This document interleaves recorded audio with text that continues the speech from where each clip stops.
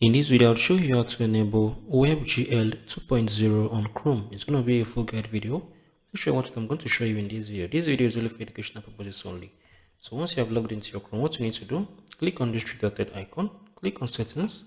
So wait for it to open up. Once that's opened up, scroll and you're going to be able to see the system option. So click on it. So once you have come here, make sure all this is currently turned on. So once it's turned on, what you need to do, just come on here, this place of the system, go back. So I'm gonna just make sure it's remaining, I think 2. So come on here, type in flags. Yeah, so see it here, look at it. So click on it. So this is gonna come out.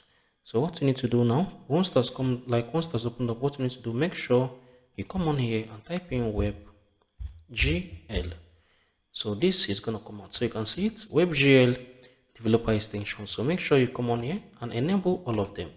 So once you've enabled all of them, you're gonna be able to enable the WebGL 2.0 on your Chrome.